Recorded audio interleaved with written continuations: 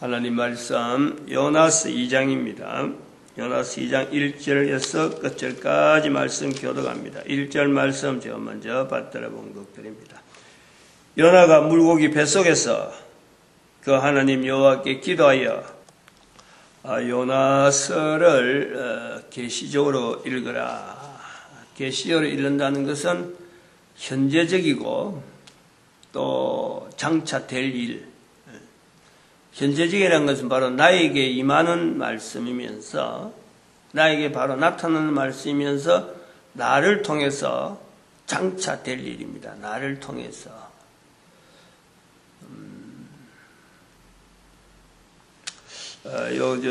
요나서 2장에 여기 8절에 9절 오늘 아침에 이걸 중심에서 합니다. 나는 감사하는 목소리로 주께 제사드리며 감사하는 목소리로 주께 제사드리며 나의 서원 주께 갚겠나이다. 감사하는 목소리로 주께 나는 감사하는 목소리로 주께 제사드린다. 1장하고 연결할 수 있는 또 그러고 오바다스하고 연결할 수 있는 내용에서 마리아, 두 마리아를 신앙을 우리가 봅니다. 막달라 마리아 앞에 나오는 감사하는 목소리로 가는 것은 이거는 막달라 마리아적인 교회의 어떤 형태.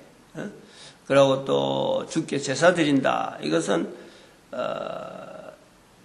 예수님을 잉태한 마리아. 그 하나님 앞에 잉태기에 있는 마리아의 모습. 이거는 주께 제사드린다. 교회의 어떤 기본적인 어떤 모습의 두 모습. 둘 다 하나로 보면은 예배라고 말할 수 있는 거예요. 전도도 막달라 마리아를 통해서 나타나는 것은 전도, 교회가 앞으로 지향해야 될 것은 전도. 어떤 정도냐? 성령님을 나타내는 거예요. 성령님을 마가복음 1장 38절에 예수님께서 내가 거기서도 전도하리니 내가 이를 위해서 왔다. 전도하는 것이 이를 위해서 왔다. 어떤 내용을 전도하느냐? 마태복음 12장 31절 32절에 모든 사람은 다 성령님을 인정하기 위한 성령님을 전하는 거예요. 예수님은 그런 거예요. 예수님은 성령님을 나타내기 위해서 오신 것이지 예수님 이름을 증거하기 위해서 예수님을 이렇게 드러내기 위해서 그건 아니라는 거예요. 그럼 예수님은 전도하면 누굴 전도하느냐? 성령님을 나타내는 거예요.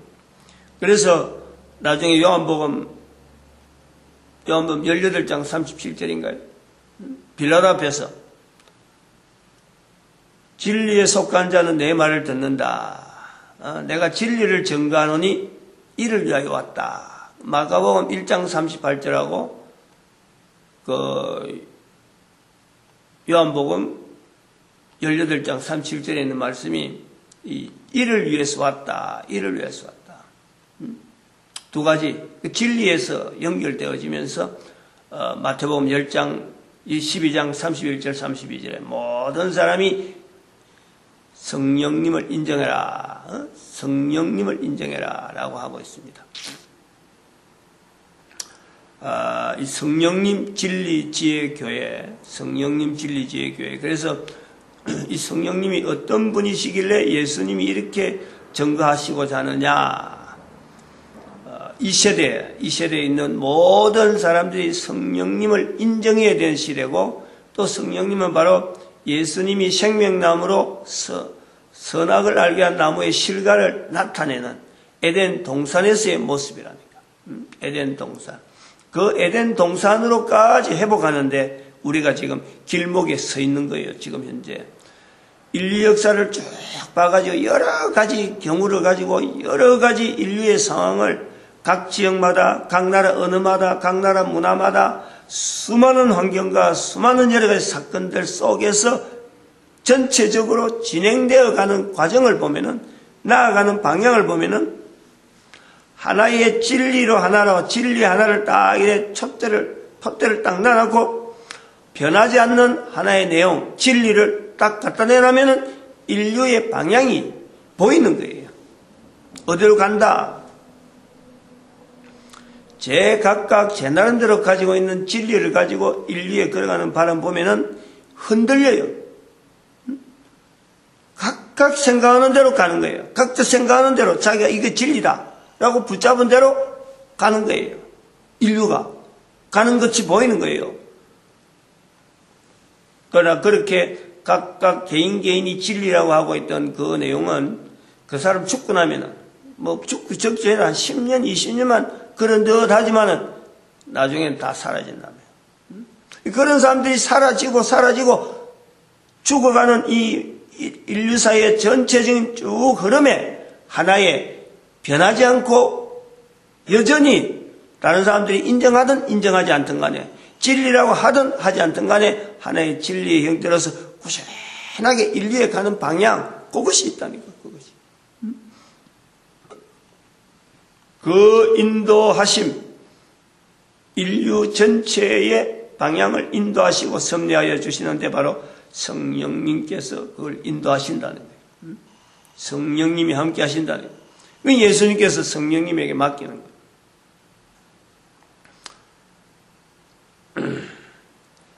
마리아, 막달라 마리아와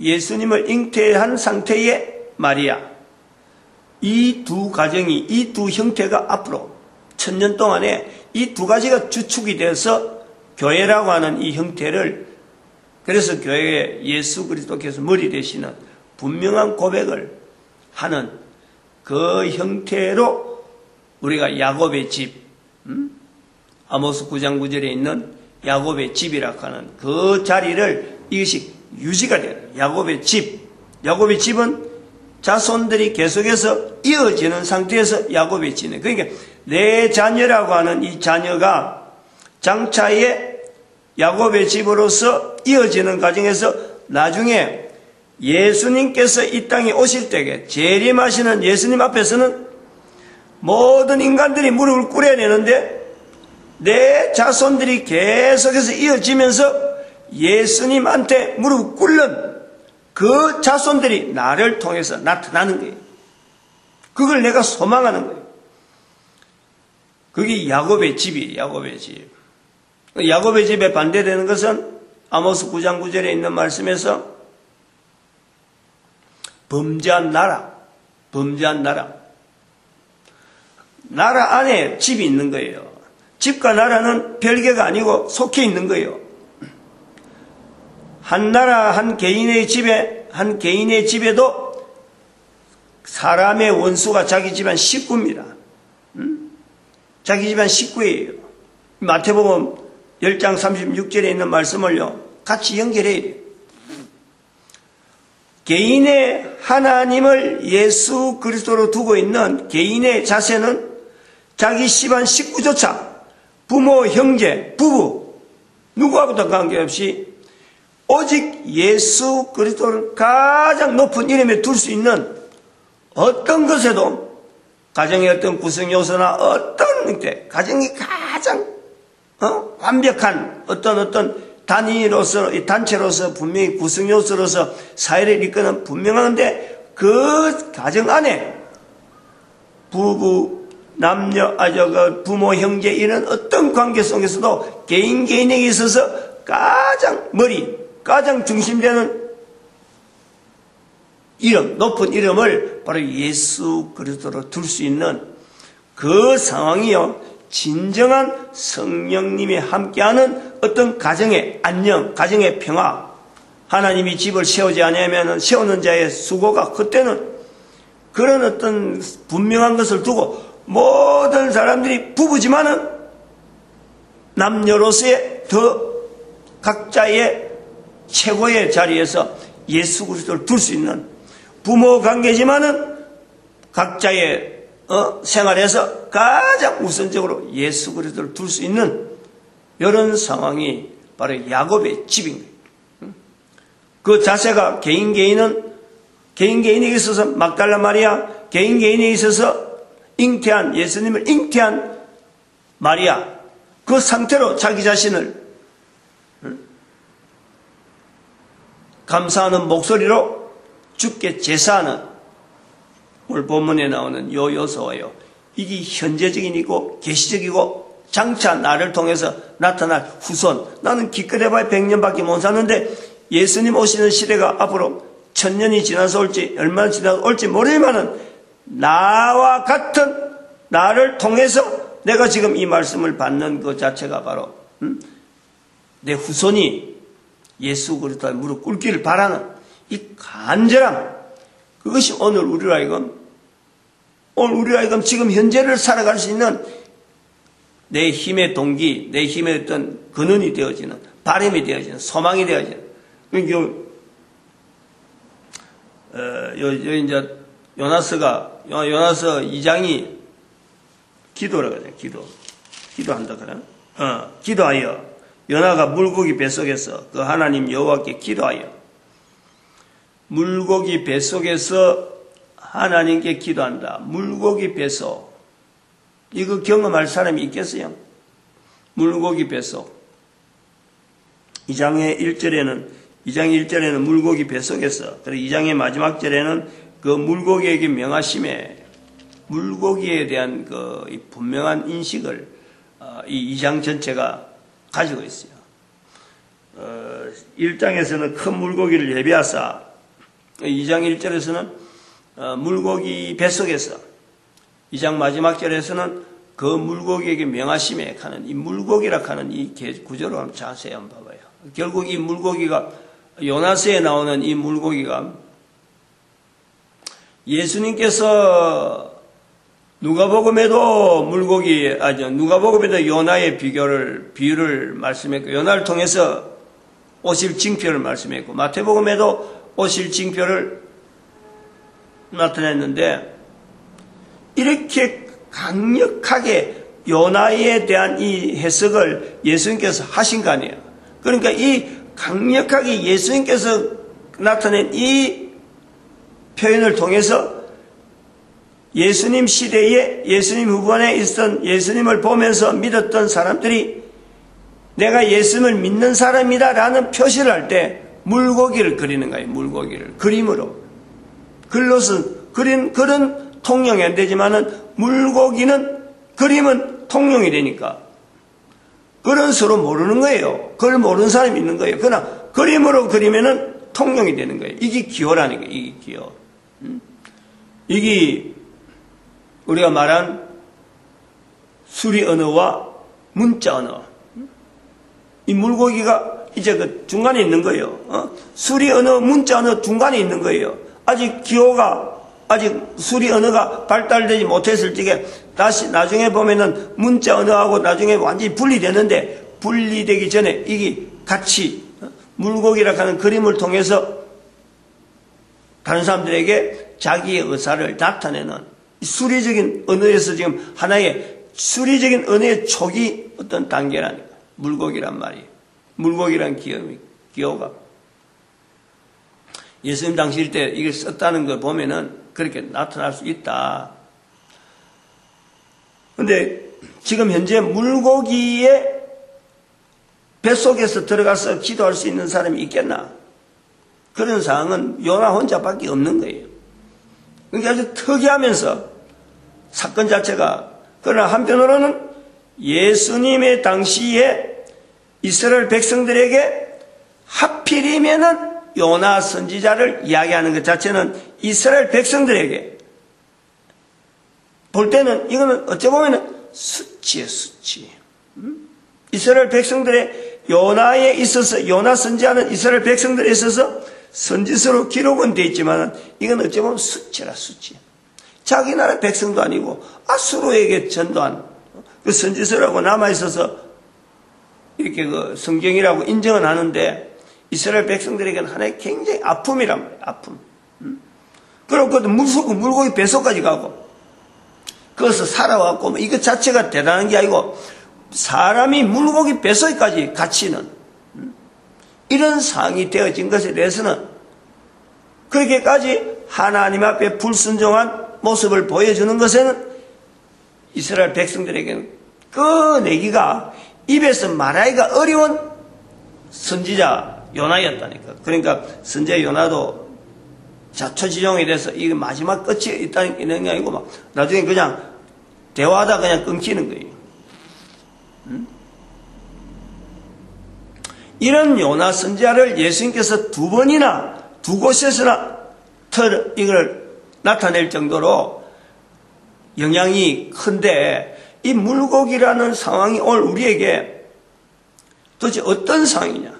계시적이라면 물고기 뱃속 앞으로 1000년, 이 1000년의 기간이 물고기 뱃속이다. 저는 그래 보는 거예요.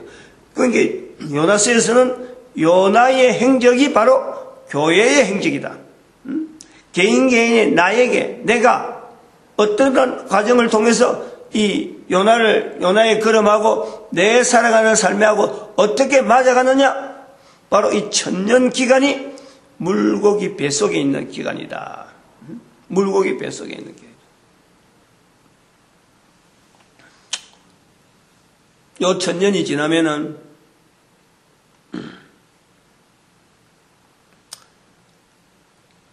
전 인류가 구분된다니까요. 딱 양분. 자기 집안 식구, 사람의 원수가 자기 집안 식구 딱 구분되는 거예요. 둘 하나, 둘. 자기 집안 식구끼리 이게 구분된다니까. 자기 집안 식구끼리 구분되어지면서 야곱의 집에 속한 사람 집들은 이것 자체가 단단하게 예수 그리스도로 달달하게 뭉쳐질 수 있는 그 집안의 식구, 그걸 우리가 기대를 해야 돼요.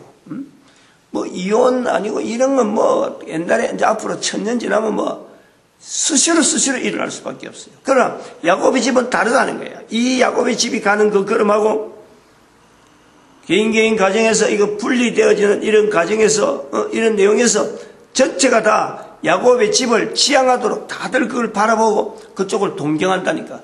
그게 완연한 상태. 그리고 1000년 지나고 나면은 바로 이 범죄한 나라에서 야곱의 집에 속한 자들 핍박하는 거예요. 박해하는 거예요. 박해라는 게 그냥 뭐 어렵게 나타나는 것도 아니고, 영국에 있는 하나의 예를 들면은 지금 현재 영국이래. 2014년 현재 영국의 평등법이라고 있는 거예요. 평등법. 그러니까 차별하지 않는 법. 그게 통과되는 거예요. 그거 통과되고 나니까 동성연애자들, 그동안에 법으로 인해서 이렇게 좀 소외당하는 이런 사람들이 시비를 거는 거예요. 어떤 방법으로 시비 거느냐? 이 사람이 기독교인이다. 그러면 그 사람한테 가서 이야기하는 거예요. 동성연애가 어떤 의견이 있느냐? 동성결혼에 대해서 어떤 의견이 있느냐 하면은 자기는 당연히 나는 기독교인이니까 내가 믿는 신앙의 내용에서 이런 내용에서 이런 부분이 있다라고 자기 의견을 이야기해버리면 바로 그것 자체가 고발이 되는 거예요. 고발. 법에 의해서 고소권이 된다니까. 설교를 하는데 어떤 예화를 들어서 종교적으로 어떤 비교를 한다든지 어떤 비교를 해버리면, 설교 석상에서 그래버리면 차별한다. 평등법에 위배된다. 그래갖고 목사들이 고발되는 거예요. 전도 다른 사람 앞에 예수 권하는 거 어림도 없어요. 예수 이름 이야기하는 거 어림도 없게 됐어요. 그게 현재 영국에서의 1611년에 나타났던 킹제임스 버전을 만드는, 킹제임스 버전 성경을 만드는 그 영국의 그 과거에 화려했던 그 신앙의 이력이 지금은 나타낼 수가 없어요. 나타낼 수가 없어요. 그게 평등법이에요. 평등법. 평등한 것 같은데 차별이 나올 수밖에 없는데 바로 요래요. 지금 앞으로 우리가 인류가 나아가면은 바로 이런 구조를 통해서 범죄한 나라에서 야곱의 집에 대한 공격이요 어마어마하게 심할 거예요. 지금 생각하는 것보다 훨씬 강력하게. 그러나 어떤 일이 있더라도 지난번에 요엘서에서 했나요?